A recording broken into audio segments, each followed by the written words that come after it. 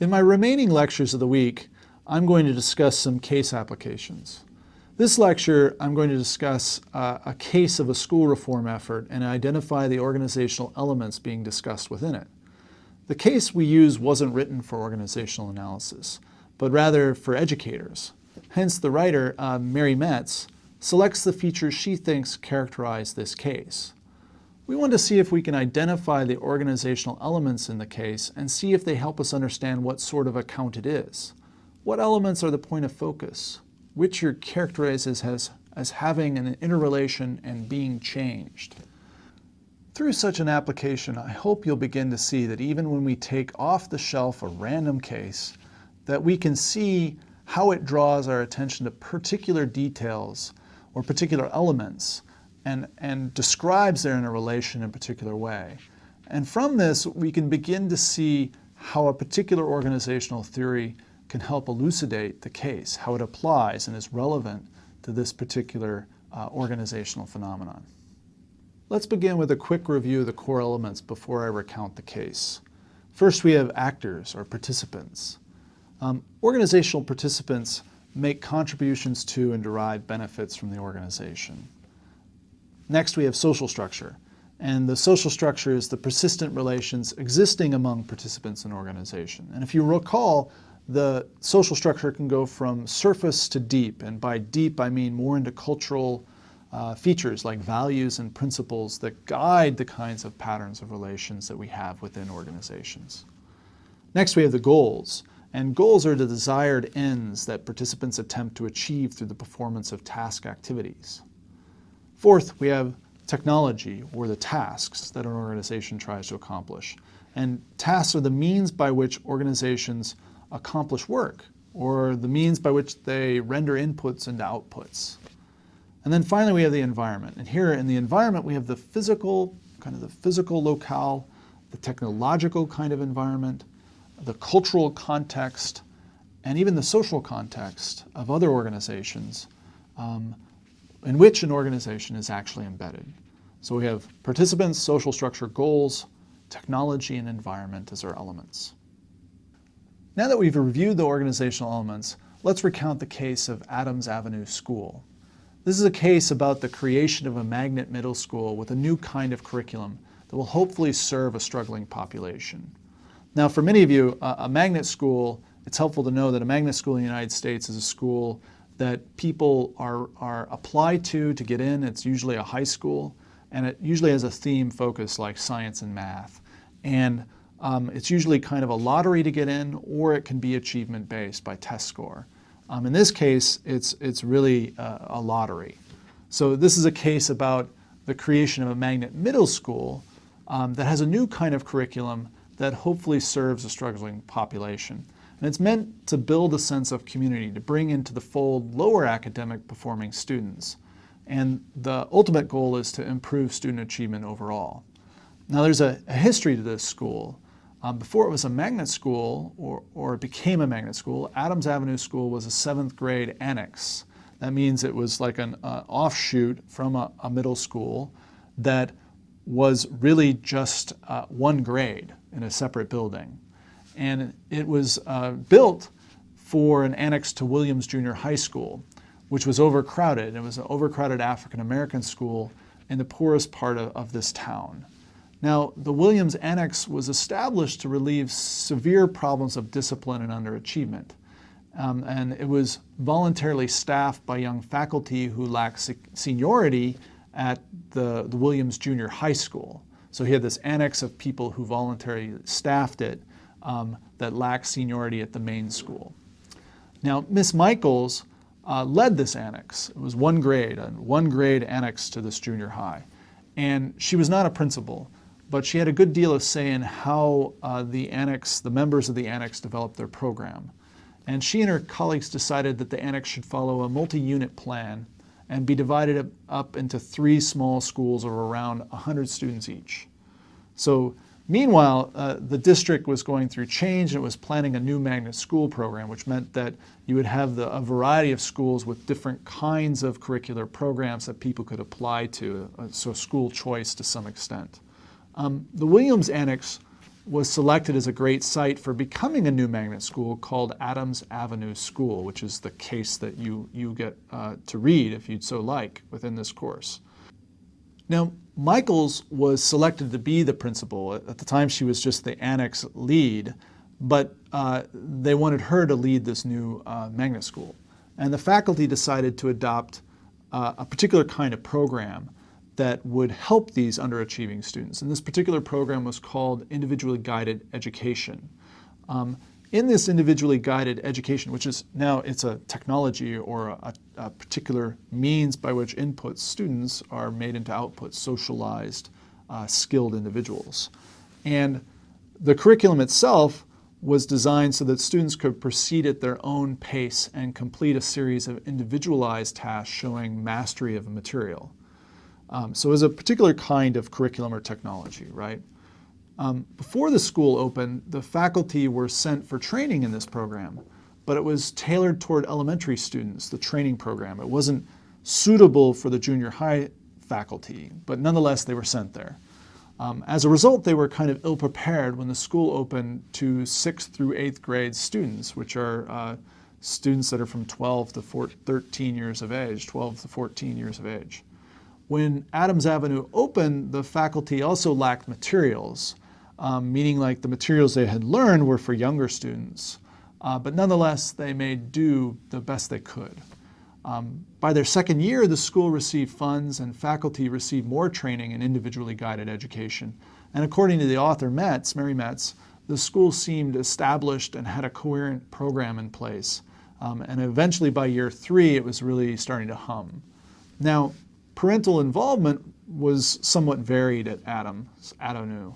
Upon opening, it attracted well-educated parents, mostly for a gifted program that they had there. And they had an influential role in the school's affairs and took up a good deal of the principal and assistant principal's time. These parents weren't afraid to tell the teachers what to do and check up to see that they actually did it. In addition, they campaigned for the school at board meetings and with the district office to retain an assistant principal position and to get a larger, better building. As the school's reputation grew, it attracted the interest of lower middle class families and ordinary families. By the 3rd year of operation, the magnet school's population reflected that of the surrounding community and had less of a bifurcated population of highly educated families on the one hand and working class families on the other. By the 3rd year, the very high achieving kids of the initially aggressive parents were now in the 8th grade. Now, as far as the individually guided education, they had these textbooks, but it was not as clear as it might seem, the curriculum from those textbooks, given that the plan was written by a specific group of educators for other schools. So faculty found it far from clear in implementation. Hence, the principal had broad discretion in how it was defined. Eventually, this curriculum was defined on 2 sets of requirements. The first specified a number of concrete learning objectives for each subject in each grade, and students were to be tested on them before and after instruction was given, and this progress was to be monitored carefully. Second, children were grouped according to the progress they had already made, like a pretest, and instructed from where their knowledge left off. So these skill groupings were to be fluid and reconfigured whenever a new objective was introduced. Now the school kept its small school layout, and each school had 4 homerooms that traveled through all the same classes together. Teachers in each school had an hour a day for common planning, and the lead teachers met with the principal as an instructional improvement committee that enabled 2-way communication between teachers and the principal. The school itself had a particular character. Metz reports that the teachers directed their attention on their work with students, that their energy was directed toward planning and teaching and running lots of extracurricula. Rather than speak of students in terms of the individually guided education, they spoke of them in terms of their relationships with the students. So the school was notable in that potentially volatile relations were not evident, and instead positive relations persisted between the faculty, parents, and students. There were exceptions that suggested a harder past, say in the first 2 years of operation, but the school was mostly in harmony by year 3. The classes were heterogeneous in composition, but as stated earlier, they were internally divided into groups on the basis of skills development with relation to each learning objective. So lower skill groups had more African Americans, but they remained relatively heterogeneous, and the interactions between students and teachers with students were task-oriented and respectful for the most part. Students themselves reported having interracial friends and seemed open to heterogeneous relationships. There was a general absence of conflict at Adams Avenue School. Discipline was often a simple matter, and faculty issued yellow cards as warnings, and then they made formal referrals to the administrators for discipline that they couldn't handle. This, of course, was noted on the child's record or permanent record in some cases. Metz reports that the yellow cards were issued less than 2 times a day for all 300 children over the course of the year, and suspensions totaled less than 1 out of 10 kids. That means less than 1 out of 10 kids were actually sent home or suspended from attending school.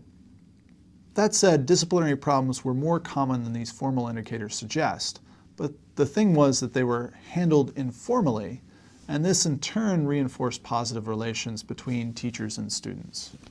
If there was any conflict, it was between the principal and some of the teachers. The actual conflict that was observed and reported by Metz goes back to the end of year 1.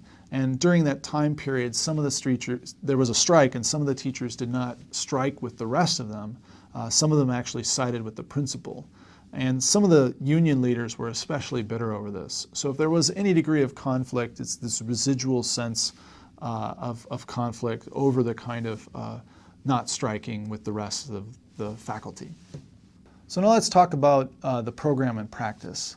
The teachers and principal followed the 2 sets of practices believed to be the core of the individually guided education program.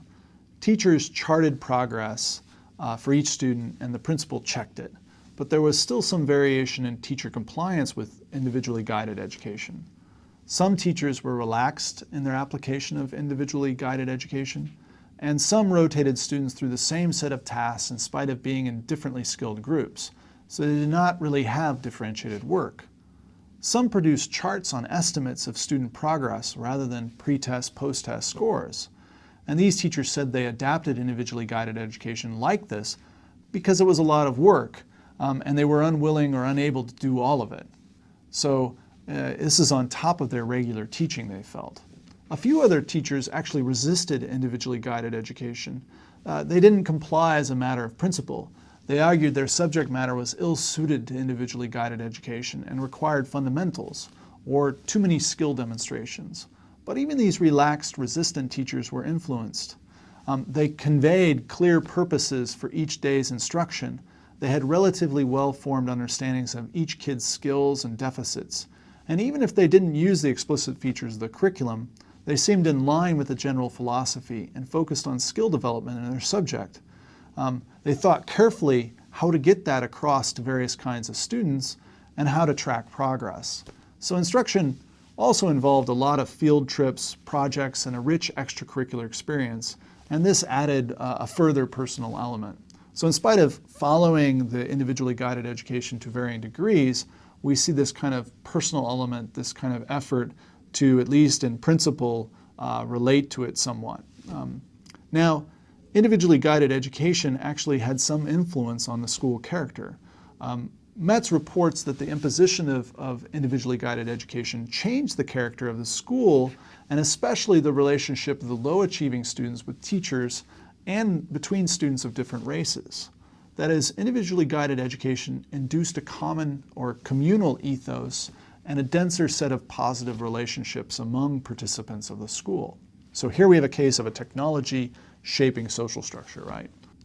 The individually guided education program and curriculum also changed the traditional organizational structure. The curriculum removed grade level differentiation from view. Instructional differentiation was rendered more individualized, and it removed both the stigma placed on a student performing at the 4th or 5th grade level and enabled accelerated students to work at a level well beyond grade level. All that matters was forward movement for every kid, not where they were moving forward from. The individually guided education program and curriculum also affected the reward structure and incentives for students. Adams Avenue used report cards that emphasized effort and the level at which the student worked in each subject. In many ways, you can think of report cards as pay, right, within an organization. You get grades in exchange for work. Hence, a hard-working student with a 5th grade skill level might receive an I for superior effort, and progress, while lackadaisical for a 6th grader with 8th grade level skills, might get an E for inadequate progress. The honor roll was based on effort grades, not skill level grades, and in this manner, the individually guided education's reward structure worked to equalize social prestige and include lower performing kids and give them academic legitimacy. This conversely lowered the rewards experienced by high achieving students, and some teachers worried these students weren't pushed enough to excel higher. The individually guided education curriculum also influenced the task structure of students and teachers with students. All the instruction was done in groups based on skills, where the students worked independently. And this meant that no one performed before everyone publicly, and achievement in work was more a matter of private accomplishment and few opportunities for public embarrassment. Teachers spoke with the student as a group for instruction and then guided progress through the tasks individually. Mary Metz reports that everyone felt they got the attention and assistance they needed. These relations built into ones of trust between teacher and student, and they lessened conflict. They also equalized persons more, de-emphasizing initial differences in skills, and this served to build interracial ties.